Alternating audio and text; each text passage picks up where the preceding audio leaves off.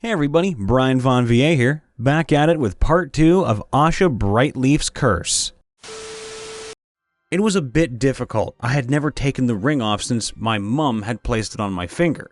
It seemed to have grown alongside me, as it had never become painfully tight.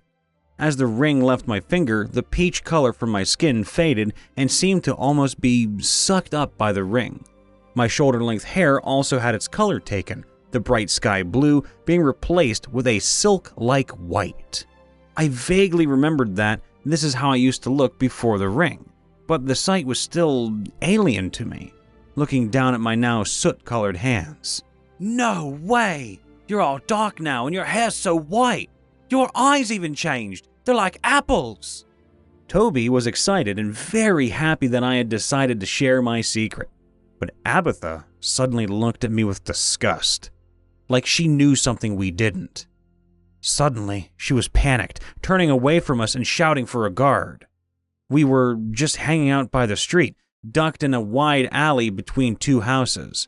No one else was really around besides people walking a block or so away. Suddenly, for some reason, I was frozen in shock. My head started pounding and it felt like there was someone watching me, looking at me from behind. I spun my head around, but there was no one there. Hi, Abatha! Wait! Where are you going? Toby shouted after Abatha, turning to follow her and leaving me alone, standing frozen in the wide alley we had been huddled in. I got dizzy and ended up falling to my knees, dropping my ring. My vision was invaded by flashes of imagery. I had always had bad dreams before, but this was like bad daydreams.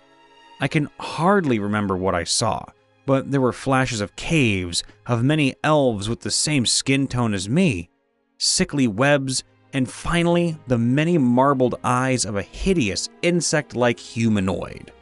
For some reason, I knew right away that it was the thing that was watching me, that it somehow knew exactly where I was and it wanted me to go to it. At that point, my heart was pounding so fast, and I felt like I couldn't breathe. My ears started ringing, and I hardly noticed I was being shaken from behind. I turned my head, and I saw the bearded face of a guard towering over me. He pulled his hand back from me and jolted away, his face painted with horror.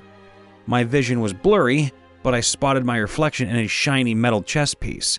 My teeth looked sharp and monstrous, and my forehead was dotted with crimson marble-like eyes, just like the ones of the creature I had seen. The guard snapped out of his own shock and swiftly drew his longsword, pointing it down at me. His lips moved, but I only heard vibrations. I barely noticed Abatha and Toby cowering a few feet behind the guard, Abatha's face frowning in disgust again. Toby looked both scared and confused, like he wasn't sure whether he should run away from what he saw or protect it because he knew it was his friend. The man towering before me poked my shoulder with the tip of his sword. It hurt slightly, like a pinprick, and I rose to my feet, staggering backwards a bit, still overwhelmed and unable to clearly process my surroundings and what was going on. I looked up at the man's face, his teeth gritted and his eyes sharply focused on me. Upon meeting my gaze, he opened his mouth wide and swung his large sword at me. Things seemed to happen in slow motion. I was scared, confused. I felt like I was almost just outside of my body, watching everything happen. I heard a voice hiss inside my mind. Kill him! And suddenly, the guard dropped his sword mid-swing. Time seemed to almost speed up then, as all at once he fell to his knees screaming and holding his head. I looked frantically at the ground for my ring, spotted it, and quickly retrieved it, slipping it back on my finger as I turned and ran off. Tears poured down my face, but I kept running as my senses gradually became clearer, and I looked down at my eyes to notice my hair and skin had reverted back. I reached home and pushed through the doors of the tavern, startling my mum, Uncle Brahm, and the one older man seated at the bar. I ran towards my mom, hugging her and crying into her legs. I'm sorry. I'm sorry, Mom. Please. I broke the rule, and I'm sorry. There was a guard, and he... Suddenly, my mum lifted me up, interrupting my sobbing confession, and looked towards Uncle Bahram. Both their faces were stern and serious.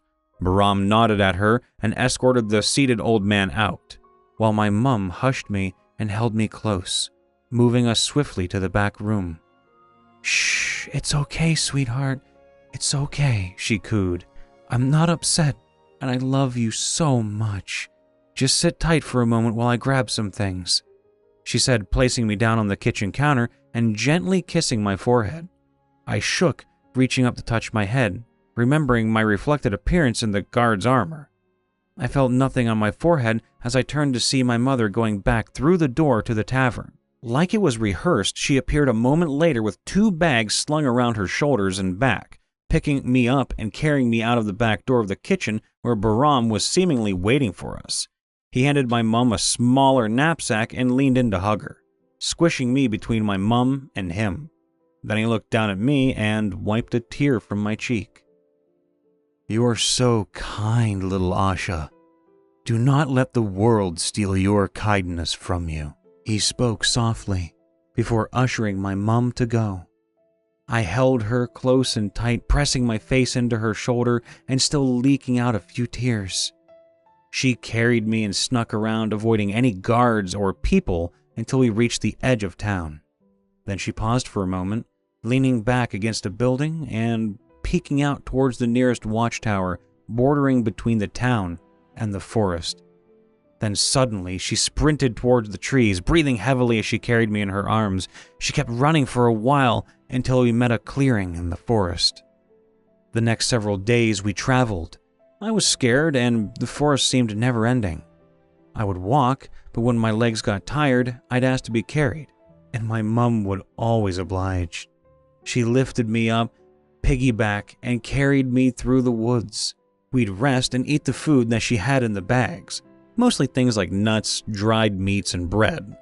We'd stop at small streams to drink and refill the water skins she brought. And while we didn't talk much while we traveled, she told me things each night when we made camp to rest. She told me the truth about my father, that he hadn't been a regular forest elf. He had been an under-elf, and he had tricked and charmed my mother. And that's why she had me. She told me that people did not like under-elves, that they were seen as monsters. When I asked why, she said it was because under-elves were usually mean and evil. I worried what that meant for me.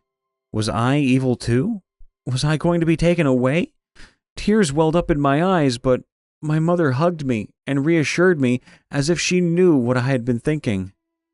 "You're not evil, sweetheart. I love you with all my heart. You're a kind, curious, wonderful little girl, and I'm so glad to have you as my daughter." She explained more about my magic too, that it had something to do with my father's bloodline, but that the ring suppressed the dangerous parts of it and disguised me.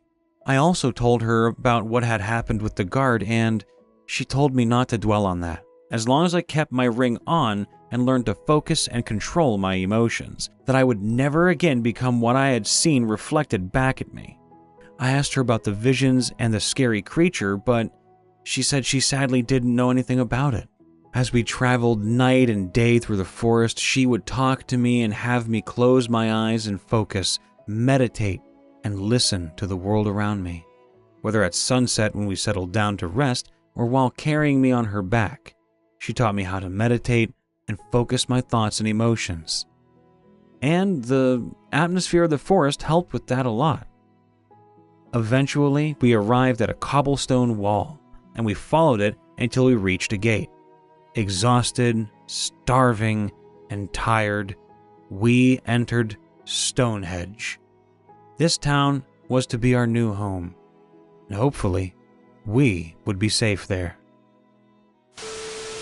Hey everybody, Brian Von VA here. I had a wonderful time reading about this story.